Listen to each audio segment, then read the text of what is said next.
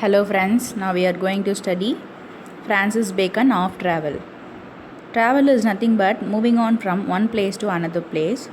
In this essay, Bacon suggests some ideas for the travelers. Now I am going to read the text. Along with that, I am going to summarize those texts. Travel in younger short is a part of education, in the elder a part of experience. He had travelled into a country before he had some entrance into the language, go to school and not to travel. Bacon says that for younger people, travel is an education. For elder people, travel is an experience. A traveler has to know the language before he enter into the places which he wanted to travel. The young man travel under some tutor or grave servant I allow well, so that he be such a one that had the language and hath been in the country before, whereby he may be able to tell them what things are worthy to be seen in the country where they go, what acquaintances they are to seek, what exercises or disciplines the place yield. Bacon suggests that the traveler to go with any travel guides, those who possesses the upcoming qualities such as he has listed out some qualities of a tutor to possess in order to get them travel into a new place. He should know their language. First one, he should know his language. He should visited the place before. Third one, he should have the ability to see the worthy place to spend time and the worthy kind of acquaintances the traveler may go with and what will be the discipline of the place is going to give. These are the 5 qualities a tutor should possess. For else young man shall go hooded and look abroad little. It is a strange thing that is sea voyages where there is nothing to be seen but sky and sea. Men should make diaries, but in land travel, wherein so much is to be observed, for the most part they omit it, as if change were fitter to be registered than observation. Bacon says that the young man with hooded eyes, which means closed eyes, can see nothing in abroad. And he also says that 2 kind of travels.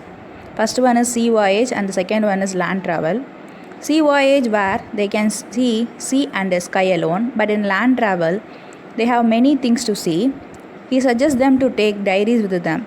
It's better to get registered than to be observed alone. So he asks the traveler to observe everything around the land travel and register in his diary.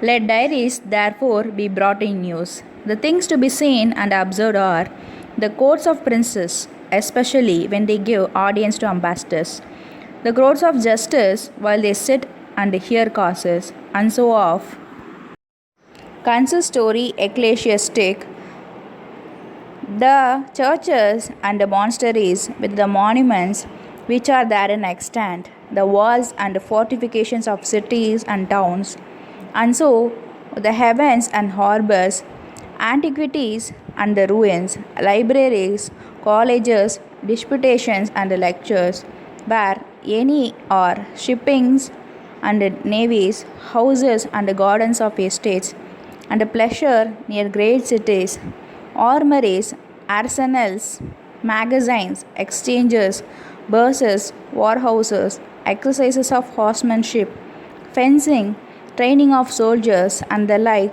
comedies, such whereunto the better sort of person do resort, treasuries of jewels and drops, cabinets and rarities, and to conclude, whatsoever is memorable in the places where they go, after all which the tutor or servant ought to make diligent inquiry. Bacon suggests some list of things to be registered in the diary. First one, court of princes, where they can gather the history of an audience. Next one, court of justice, where they can learn the causes and reasons of crime.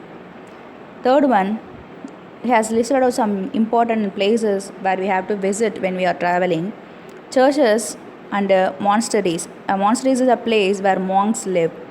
Monuments, walls, fort of cities and towns. Heavens is a place for refuges.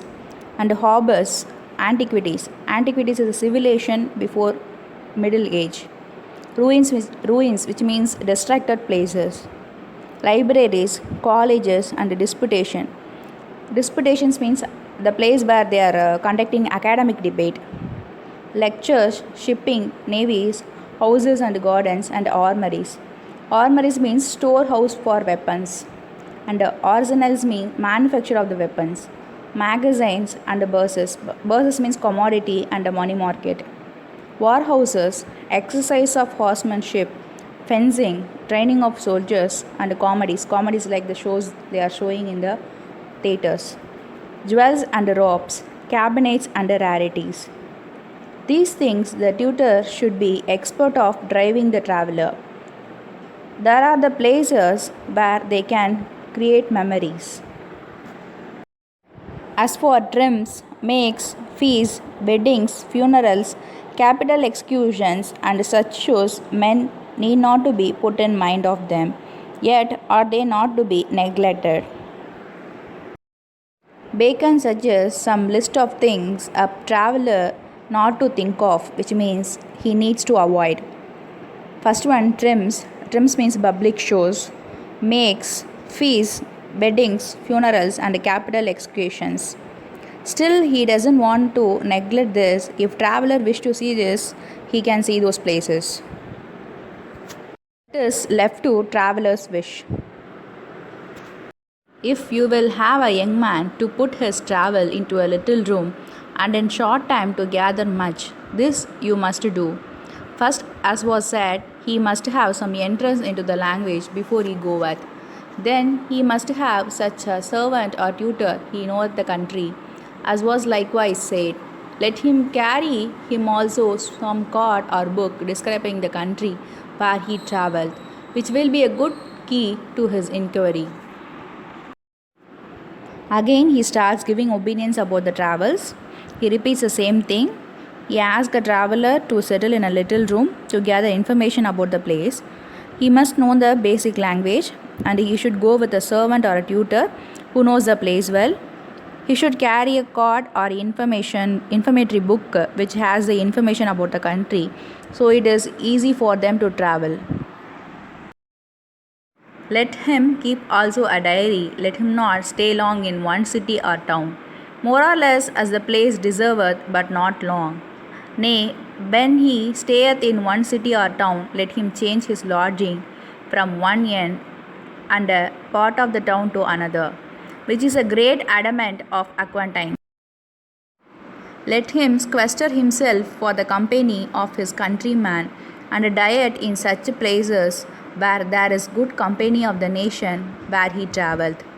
Let him upon his removes from one place to another procure recommendation to some person of quality residing in the place whither he removeth, that he may use his favour in those things he desireth to see or know. Thus he may abridge his travel with much profit. As for the acquaintance which is to be sought in travel, that which is not most of all profitable, is acquaintance with the secretaries and employed men of ambassadors, for so in travelling in one country he shall suck the experience of many. Let him also see and visit eminent persons in all kind, which are great name abroad, that he may be able to know how the life agreeth with the fame. Bacon asked the traveller to have a diary and not advised to stay in the same place too long. He should change his lodging from one end of the place to another, which has too many acquaintance. He seeks the countryman as a friend to help him in giving ideas of travels where he wants to visit. His acquaintance should be secretaries and the employed men of ambassadors, so that the person could travel and gather more information in parts which may be helpful for him to travel. For quarrels, they are with care and discretion to be avoided. They are commonly for mistresses, healths, plays, and words. And let a man beware how he keepeth company with the choleric and quarrelsome person, for they will engage him into their own quarrels. Travelers should be aware of troublemakers, which mean quarrels. The tutor should not be choleric or a troublesome person because they travel for mistresses, health, place, and words. When a traveller returneth home, let him not leave the countries where he hath travelled altogether behind him, but maintain a correspondence by letters with those of his acquaintance which are of most worth. And let his travel appear rather in his discourse than in his apparel or gesture. And in his discourse let him be rather advised in his answer than forward to tell stories, and let it appear that he doth not change his country manners for those of foreign parts, but only pretends some flaws of that he hath learned abroad into the customs of his own country. When the traveller visited those places, Bacon gives some ideas to keep that in mind.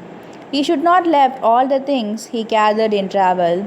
He should choose some worthy acquaintance to be in touch with the letters. His travelling expressed through the discourse, not through the gestures of the country.